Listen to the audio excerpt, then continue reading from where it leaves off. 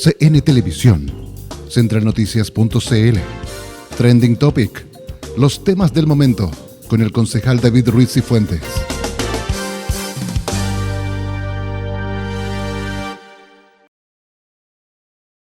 Muy buenas tardes, queridos televidentes. Es un gusto poder saludarlos como cada viernes.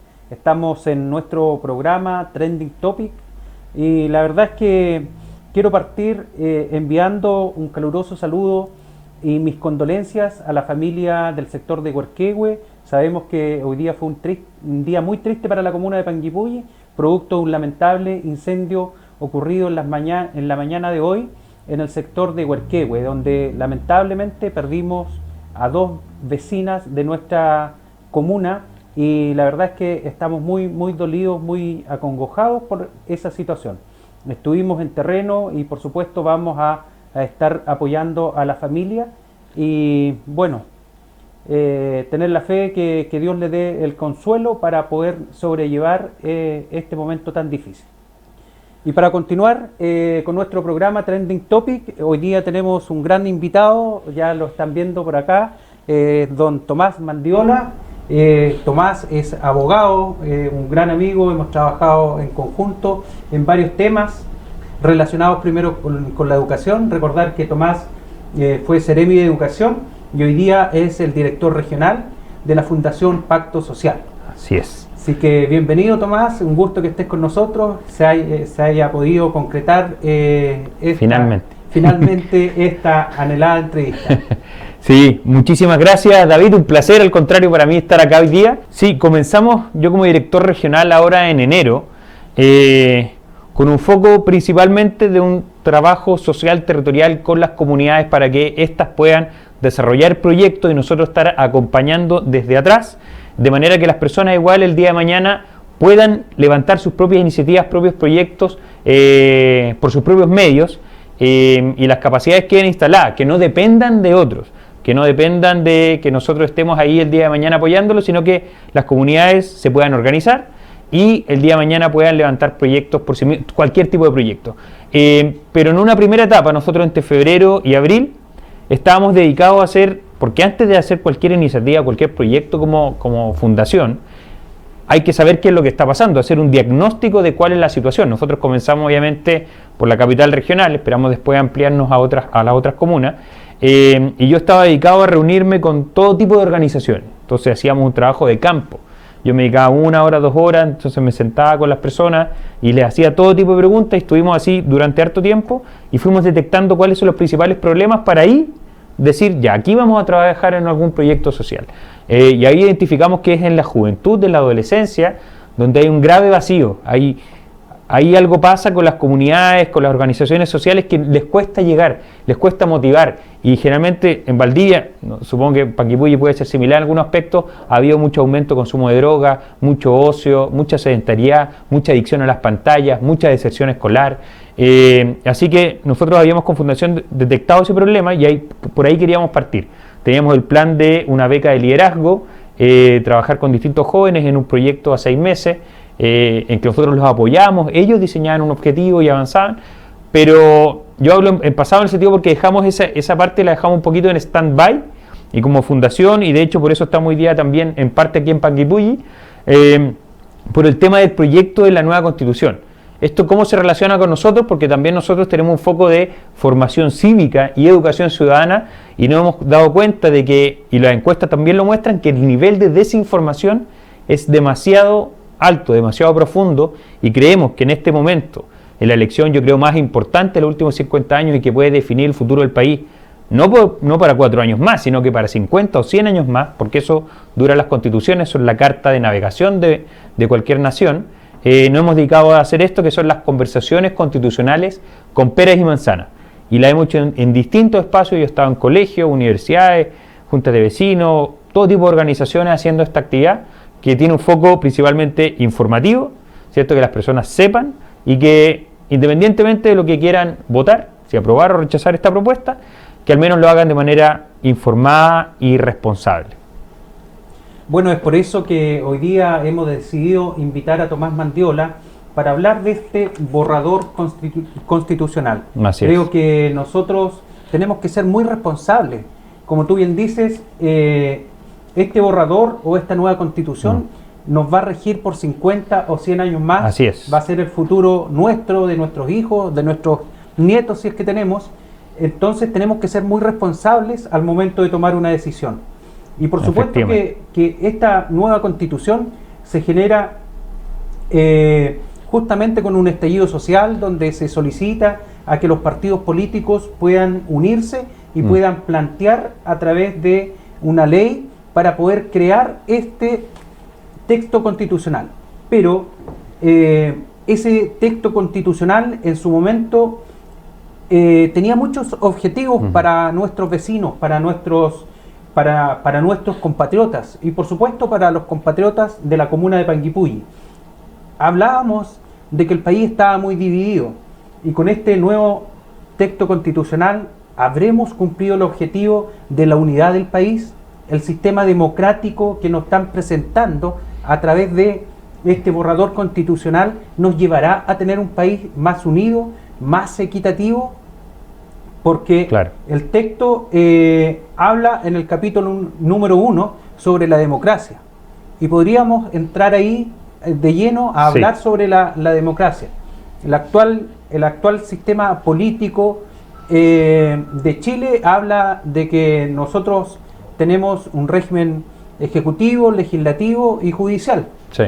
Ahora se va a transformar todo esto, ya no van a haber dos cámaras, entonces todas estas dudas nosotros tenemos que ir aclarándolas.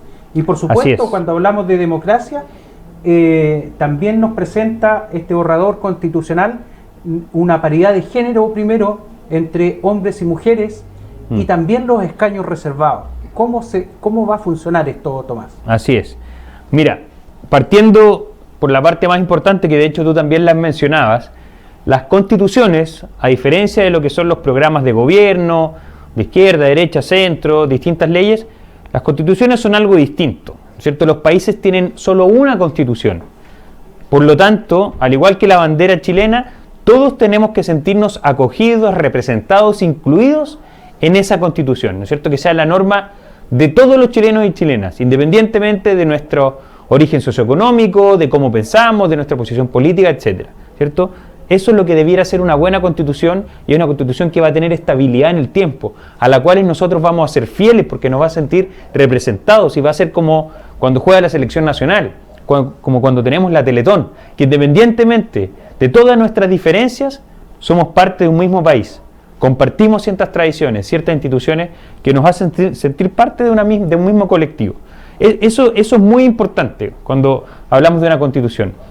Y lo otro muy importante es entender que la esencia de la constitución es limitar el poder que tienen los políticos para no abusar de las personas, ¿cierto?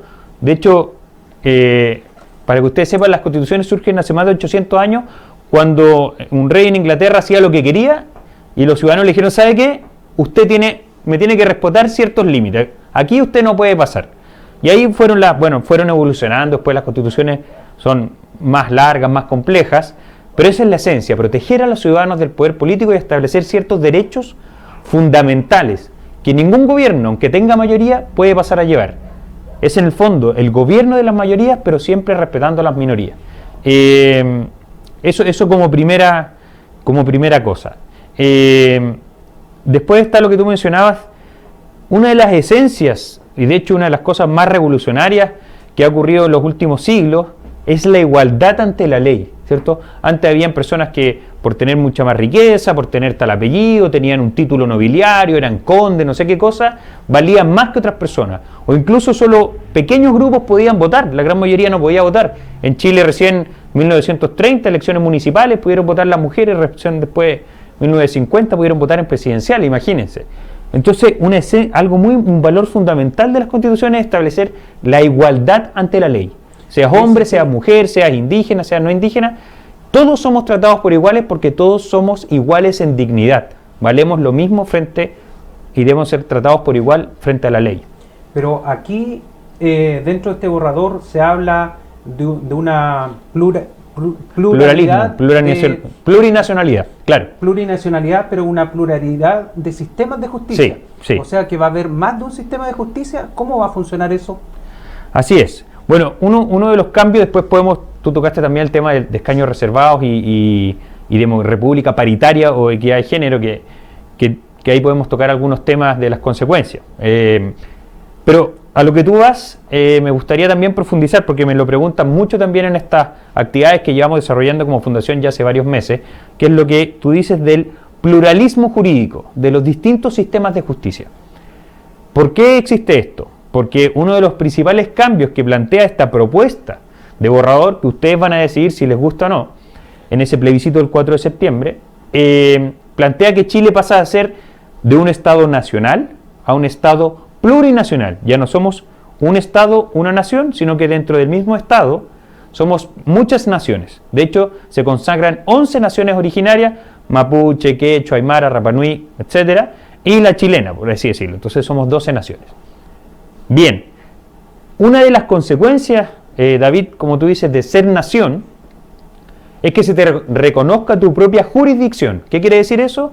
Que se te reconozca tu propio sistema de justicia, tus propias normas. De hecho, se dice que en esta propuesta que la jurisdicción no solo es ejercida por los jueces, sino también por las autoridades de esos pueblos y naciones originales.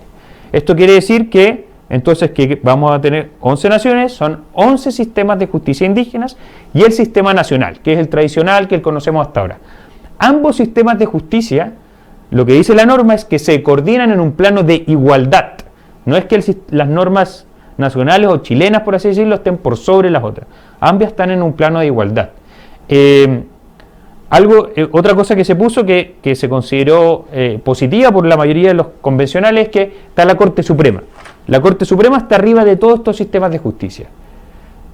Dicho eso, y sin embargo, que va a estar sobre todos esos sistemas, los distintos 12 sistemas de justicia distintos que vamos a tener, de todas maneras, siempre una persona, un chileno que es indígena, sea la Corte Suprema, sea un tribunal nacional, sea un tribunal indígena, tiene que ser juzgado de manera distinta, por así decirlo, al resto. ¿Por qué? Porque tiene que ser juzgado con un enfoque intercultural, es decir, tomando debidamente en consideración todos los usos, protocolos, costumbres y normas, ¿cierto? O sea, normas jurídicas de esa nación o pueblo originario al que esa persona forma parte. Pero además, me gustaría contarte, David, y a quienes nos están viendo y escuchando, que es también importante ver qué normas se rechazaron, ¿cierto? Y que quizás deberían haber estado incorporadas, piensan algunos, para dar mayor claridad en este tema. ¿Qué fue rechazado en materia de pluralismo jurídico? Primero se rechazó el derecho de opción, que es que si una persona es mapuche, no esté obligada a ir al sistema indígena mapuche, sino que pueda optar al sistema nacional de justicia, ¿cierto? Eso fue rechazado. También fue rechazado el que se dejara claro que los sistemas de justicia indígena no pueden aplicar a personas no indígenas, que es el 88% de los chilenos. Eso también fue rechazado, por lo tanto puede aplicar a indígenas y no indígenas. Y en tercer lugar, de hecho como ocurre en otros países que tienen en cierta medida este pluralismo jurídico, es que no se aplique a todas las materias, sino que se aplique, por ejemplo, a temas civiles, no sé, problemas con un campo, el límite del campo, cosas como esas. No a temas penales, como homicidio, violación, que son más graves. Se propuso que el sistema de justicia indígena aplique a todas las materias, pero no las penales, y eso también fue rechazado. Por lo tanto, como está planteado, aplica a todas las materias, tanto personas indígenas, no indígenas. Y siempre juzgando, sea la Corte Suprema o cualquier tribunal, con un enfoque intercultural si la persona es indígena. Entonces, evidentemente, esto, bueno, aquí cualquiera decidirá si le gusta o no, pero esto es lo que está propuesto. Una de las críticas que se hace era lo que te comentaba en un principio, que se supone que una de las esencias de las sociedades modernas en las cuales vivimos, en las cuales no importa las diferencias y todos valemos lo mismo, es el principio de igualdad ante la ley. Da lo mismo si tú eres indígena o no indígena, lo que sea, se te trata igual ante la ley en un mismo país. Y eso es lo que algunos dicen que se rompería con este sistema de pluralismo jurídico, pero bueno, aquí cumplimos con informar, eso es al menos lo que está en la propuesta, y los chilenos decidirán si les gusta o no les gusta esto que se está proponiendo. Hay otros temas que son de relevancia, sobre todo para las personas que son cristianas, y por supuesto hay una de las consultas que me hicieron: ¿qué pasa con los temas valóricos? Hoy día se habla en este borrador constitucional sobre un aborto libre. ¿Cómo va a funcionar esto? ¿Cómo se va a ejecutar este tema que es muy relevante para nuestra sociedad? Absolutamente. Mira, es un tema súper interesante por varios puntos.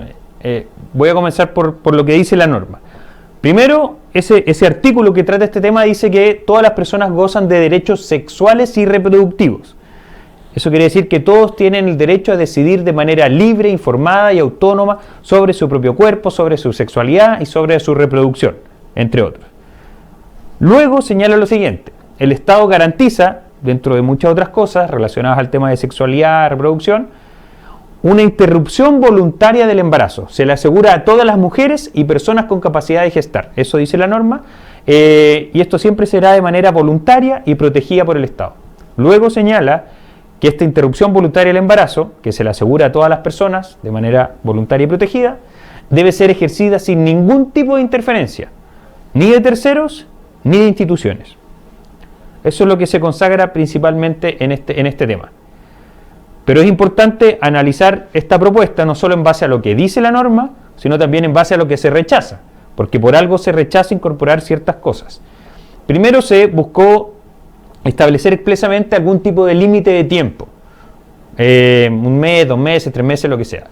Todas esas propuestas fueron rechazadas, por lo tanto hasta el momento está sin límite de tiempo, como está propuesto en este borrador.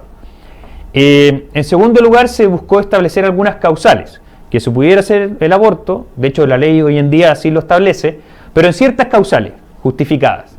Eso también fue rechazado.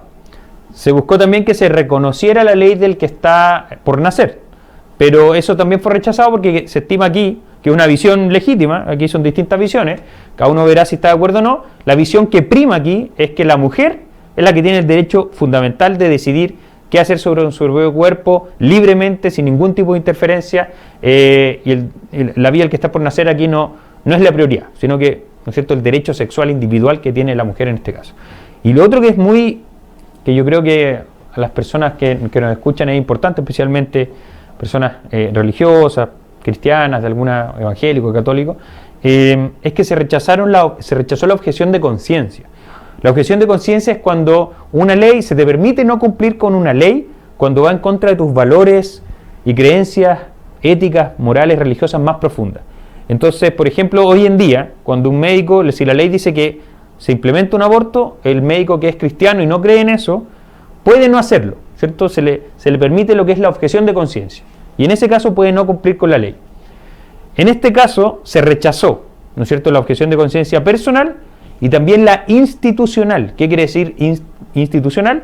Que, por ejemplo, hoy en día hay hospitales públicos que maneja la Iglesia Católica y que se les permite no realizar abortos porque va en contra de sus creencias. Entonces, eso también fue rechazado. Por lo tanto, no está ni la objeción de conciencia personal ni la objeción de conciencia institucional. Y en contrapartida de eso se estableció eso que te comentaba recién, que esta interrupción voluntaria, libre del embarazo, debe ser ejercida sin ningún tipo de interferencia ni de terceros ni de ninguna institución. Eso es lo que está en materia de aborto, una visión que cada uno verá, algunos están de acuerdo, otros no, pero eso es lo que está en la propuesta de este borrador de Constitución. Bueno, nos queda bastante claro que la vida que está por llegar no está siendo valorizada absolutamente por nadie, ni resguardada por nadie ante este borrador constitucional. En esta propuesta, claramente no. Vamos a seguir con temas valóricos sobre la educación. Nosotros tenemos conciencia, educamos a nuestros hijos de una forma, y hoy día nos están proponiendo una educación totalmente distinta en temas valóricos. Ahí podrías mencionarnos Sí. de qué se trata, cómo va a funcionar esto. Hay varios temas en educación. Por ejemplo, está el tema de la ESI, que es la educación sexual integral. Se establece, ¿no es cierto?, que habrá una política de educación sexual integral que promoverá el libre disfrute pleno de la sexualidad, etcétera, etcétera. Esto para todos los estudiantes, desde parvularia hacia adelante. En esa misma norma se propuso por parte de varios convencionales constituyentes, que son los que están redactando esto, propusieron también incorporar que sean los padres los que tengan el primer derecho preferente para decidir cómo educar a su hijo en base a sus propios valores y creencias en el tema sexual, de tema educación sexual, y eso fue rechazado. Entonces, ahí se le da un poder más fuerte, obviamente, al Estado, al poder político, para definir cómo va a ser esa educación sexual integral. Algunos están de acuerdo, otros no, pero eso es lo que está aprobado en la norma. Y en materia de educación propiamente tal, de derecho a la educación, en materia de libertad de enseñanza, con una libertad fundamental que de hecho surge principalmente en la Segunda Guerra Mundial, con los regímenes soviéticos, nazis, que perseguían a la familia para que no pudieran educar a su hijo en base a sus propios valores, lenguas, creencias, porque estimaban que eran incorrectas. Desde ahí que existe el derecho preferente de ustedes, como padres, madres, apoderados, decidir cómo quieren educar a su hijo, en base a qué valores y creencias, ¿cierto? En base a qué principio, por sobre lo que diga el Estado, la política del Ministerio de Educación. Ustedes tienen la primera responsabilidad, el primer deber. Ese concepto fue rechazado. Lo único que se establece es que los padres apoderados, madres y apoderados, pueden elegir el tipo de educación de las personas a su cargo. Pues no se habla de hijos, ¿cierto? Se habla de sus personas a su cargo, de acuerdo al interés superior del niño y la autonomía progresiva de los estudiantes. Eso causó mucho conflicto porque actualmente, por ejemplo, la actual Constitución dice que es un deber y un derecho preferente de los padres para educar a su hijo. Ellos tienen la primera responsabilidad, en base a qué valores quieren educarlo. Y lo otro que fue rechazado en esta materia es la libertad para abrir, mantener y gestionar proyectos educativos de parte de organizaciones no estatales, ¿cierto? Todos los particulares subvencionados que existen hoy en día, donde se atienden casi 2 millones de niños, casi el 60% de las familias eligen particular subvencionado, esa libertad es lo que les permite existir, ¿cierto? No solo que existan los municipales, sino también los particulares subvencionados, como aquí tenemos el San Sebastián, los People Help People y miles de otros, tanto en la región como en el país. No dice que se eliminen, pero la libertad que les permite existir y mantener sus colegios ya no existe. Esa fue rechazada. Solo se establece en materia de educación. Interrúmpeme nomás si me alargo aquí en esta parte, pero con esto termino la parte de educación. Es un tema que te gusta. Sí, un tema que me apasiona. No, pero para terminar solo en esa parte, se establece lo que algunos dicen que es una discriminación, pero otros dicen que es una visión legítima de lo que debería ser la educación. Se establece un sistema de educación pública, el cual está compuesto solo por establecimientos estatales o municipales, dentro del Estado, los públicos. Y a ellos se les garantiza un financiamiento directo, permanente, suficiente para su funcionamiento, ¿cierto? Los estatales tienen garantizado eso a nivel constitucional. Se buscó establecer lo mismo para los particulares subvencionados, que se les reconociera algún tipo de trato similar a los estatales, su financiamiento, para asegurarlo también a nivel constitucional, como sí se hace con los estatales, y eso fue rechazado. Por lo tanto, los que están 100% protegidos, resguardados expresamente, son los estatales. Los particulares subvencionados no tienen eso. No dice que se eliminen, pero yo creo que es evidente que quedan en una situación bastante desigual y mucho más desprotegida y débil que la que tienen actualmente. Pero es una visión, ¿eh? Algunos tienen la visión de que la principal educación en un país tiene que ser estatal.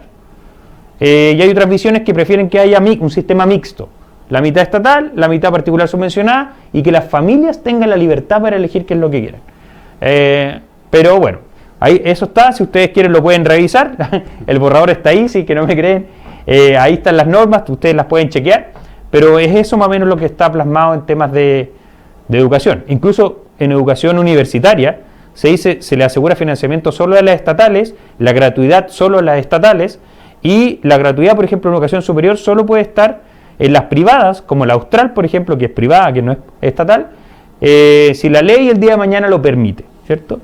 Por lo tanto, obviamente genera igual una situación un poco más desigual entre el trato que reciben los públicos frente a las organizaciones que no son estatales, como todos los particulares subvencionados, como los institutos profesionales, muchos de ellos, INACAP o la Universidad Austral inclusive.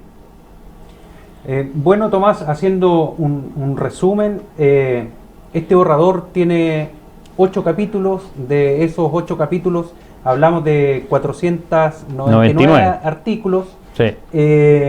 Y te quiero llevar al tema social. Dentro de los objetivos que tenía esta nueva constitución era poder cumplir con objetivos que teníamos todos los chilenos y decíamos, con una nueva constitución vamos a tener mejores y Claro. iguales derechos sociales, derechos como son mejor salud, mejores sueldos, la vivienda, eran los derechos que peleaban, mejores pensiones, que se peleó en su momento y se trabajó para que quedara redactada en esta nueva constitución. Creo que este proceso va avanzando, este borrador constitucional ya no se le van a agregar más normas. No. Entonces, esto es lo que hoy día tenemos que aprobar o rechazar. Así es. Y estos derechos sociales están garantizados en esta nueva constitución, y si están garantizados, ¿cómo van a ser financiados? Porque hablábamos delante que nosotros podemos tener una lista de sueños, una lista de necesidades en cada grupo familiar. Así es. Pero cuando llega fin de mes hay que pagar toda esa lista de necesidades que colocamos en un texto, ¿cierto? Cuando vamos al supermercado colocamos que nos falta esto y esto, pero disponemos de tanto dinero para poder ir al supermercado y cancelar eso. Exactamente. Estos derechos sociales tenemos el listado y que todos compartimos, pero ¿cómo lo financiamos? ¿El Estado será capaz de financiar todo este listado de derechos sociales?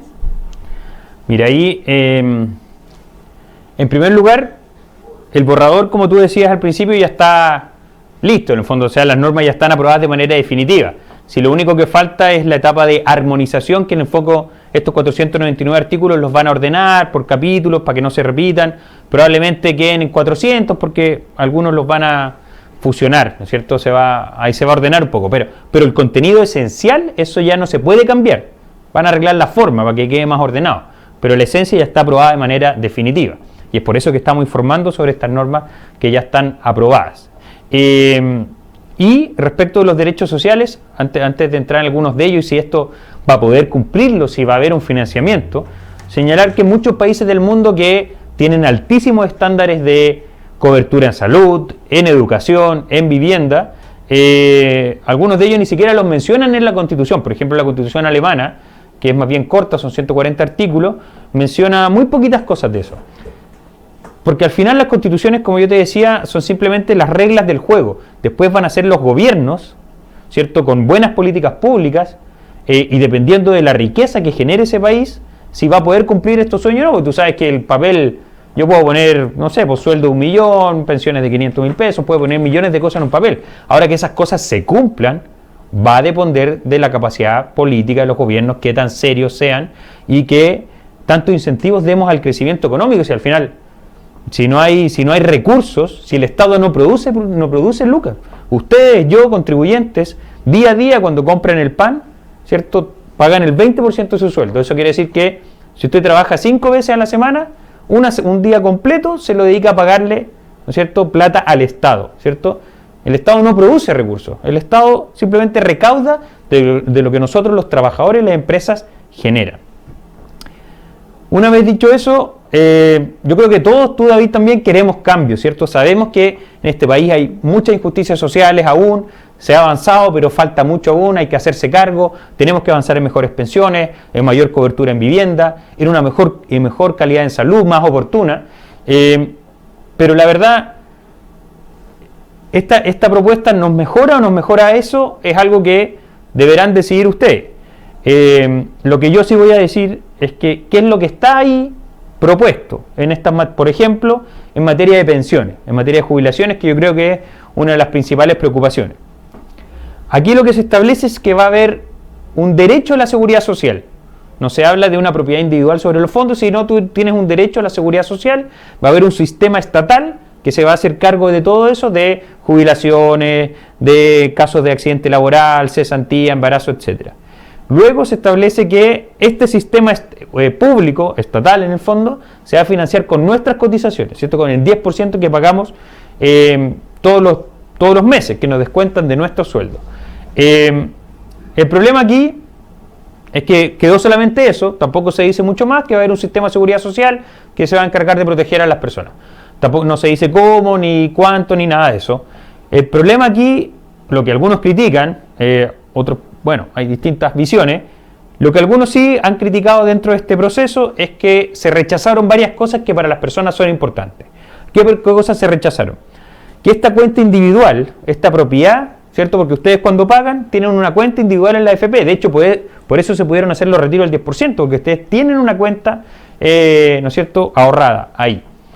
Se buscó garantizar que estos 10%, que estas cuentas individuales de los trabajadores no puedan ser expropiadas, ni nacionalizadas, ni estatizadas, como ha ocurrido en Argentina y en otros países. No es algo que yo esté inventando. Eso ha ocurrido y puede ocurrir. Y eso fue rechazado. Por lo tanto, no hay ninguna protección, al menos a nivel constitucional. Se buscó también dejar consagrado, para que nadie lo cuestione el día de mañana, que esos fondos que son de los trabajadores, si ese trabajador o trabajadora fallece, puedan heredarlo sus hijos, ¿cierto? Eso ocurre actualmente. Si una persona fallece, ese fondo individual que tú has ahorrado va a tu familia. Y eso se buscó dejar claro, pero eso también fue rechazado. También se rechazó la libertad para que ustedes decidan quién te lo administra. Hoy en día hay un monopolio de la AFP, hay solo AFP. Algunos buscaban decir, mire, que no hayan solo AFP, mantengan la AFP, que haya un órgano del Estado, público, fundaciones, sin fines de lucro, mutuales, etcétera, y que la persona decida. Pero eso fue rechazado, por lo tanto, todo iría a este sistema de seguridad social manejado por el Estado. Y ese es más o menos el sistema. Yo creo que aquí, si bien no se dice expresamente, se está apuntando a lo que se llama un sistema de reparto. Que en el sistema de reparto la propiedad no es tuya, sino que tú pones tu 10%, va a un fondo común, y eso se usa para pagarle a los que se van jubilando, ¿cierto? Por lo tanto, una vez que pasa ese fondo común mes a mes, deja de ser tuyo. Tú lo único que tienes es un derecho a la seguridad social, ¿cierto? Como una especie de vale, pero no tienes la propiedad sobre tus fondos. Pero a algunos les gusta el sistema de reparto, otros les gusta la propiedad individual. Bueno, ustedes son libres de decir, pero eso es lo que está en la propuesta, ustedes lo pueden revisar también. Perfecto, vamos a otro de los capítulos, que es el Estado regional. Ya. El Estado regional, sabemos que vamos a tener una nación plurinacional, que va a haber más de una nación dentro del mismo territorio, dentro del mismo país, pero van a existir estados regionales. Es decir, las cámaras del Senado se eliminan y van a haber cámaras regionales. Y ahí se van a elegir diputados regionales, claro, los cuales nos van a representar. Pero ¿cómo va a funcionar? Sí, mira, estoy un poquito enredado, así que voy a tratar de hacerlo simple. Hoy en día Chile es un estado unitario, que en general los países más pequeñitos tienden a tener un gobierno más centralizado, que es el que define las políticas a nivel nacional. Tenemos una misma ley para todas las regiones, unos mismos impuestos para todas las regiones, una política de educación, una política de salud igualitaria para todas las regiones. Si tú vives en los ríos, los lagos, tienes la misma política de salud. No es que cada región pueda hacer su propia ley, su propia cosa, etc. Eso es el corazón de un país unitario. Ahora pasamos a algo muy distinto, que es un país regional, ¿cierto? Un estado regional. Esto quiere decir que cada región, cada comuna tiene mucha más independencia, mucha más autonomía. Esto obviamente puede tener cosas positivas, porque cada región es mucho más libre de hacer lo que quiera, pero sí te puede producir a nivel como país, cierto nivel de desequilibrio. ¿Por qué? Porque, por ejemplo, las regiones autónomas tienen autonomía política, autonomía financiera, autonomía administrativa y facultades legislativas. O sea, pueden pedir incluso tener sus propias leyes. Reglamentaria. El reglamento es muy importante. Los reglamentos son los que permiten que las leyes se ejecuten. Y generalmente, hoy en día los reglamentos se dictan a nivel nacional. El mismo reglamento, el reglamento de ejecución, no sé, de pesca, de cualquier cosa, se aplica a todos los chilenos. Ahora, cada región autónoma puede tener sus propios reglamentos. Se pueden endeudar. Pueden crear empresas públicas regionales, empresas públicas comunales. Las comunas también se pueden endeudar con ciertos límites. Cada región autónoma puede tener su propio estatuto administrativo, que es una especie de mini constitución.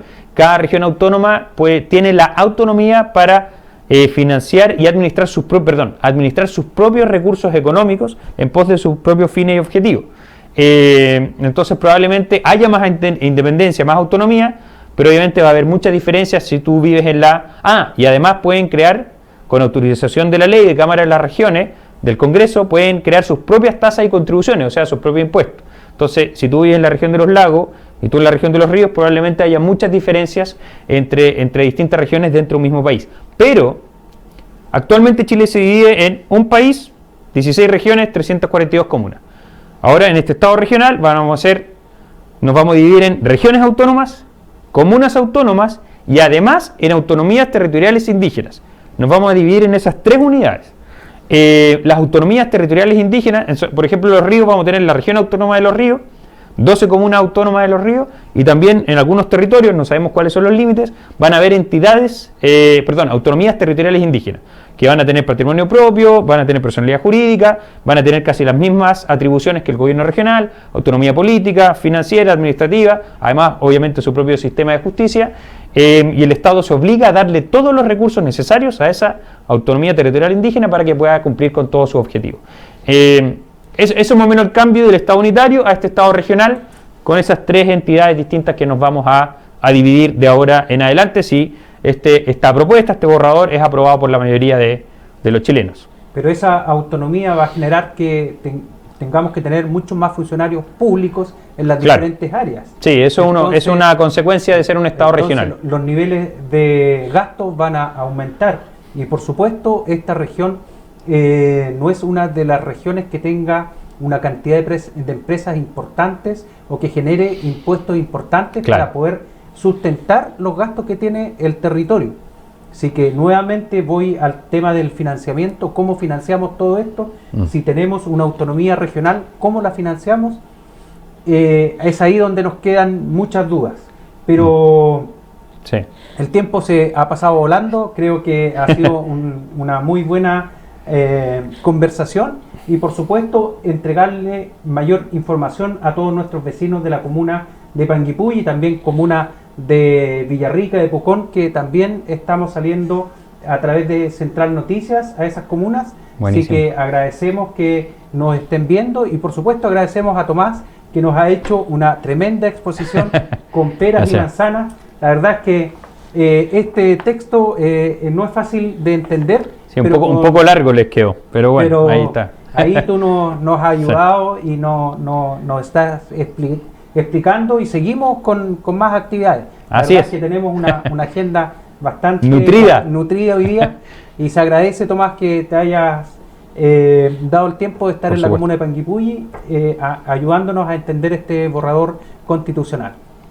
No, al contrario, David, ha sido un placer, impresionante cómo se pasa el tiempo. Lo que pasa es que son tantos temas que podríamos estar mucho tiempo conversando. Así que es importante mostrar esto porque si ustedes de repente uno quieren hacer su propia opinión, dicen, oye, esto no me quedó claro, ustedes mismos pueden leerlo, informarse, porque esto yo creo que es más importante que 10 elecciones presidenciales juntas. Esto es lo más importante, además es con voto obligatorio. Así que te agradezco David el espacio para poder conversar, explicar de manera simple, ojalá así haya sido simple, sobre esta propuesta de borrador y un placer haber estado aquí contigo. Esperemos se pueda repetir en el futuro cercano, porque nos quedaron muchos temas aún de vivienda, de salud, que no alcanzamos a profundizar, así que ojalá se pueda más adelante. Y muchas gracias por el espacio nuevamente.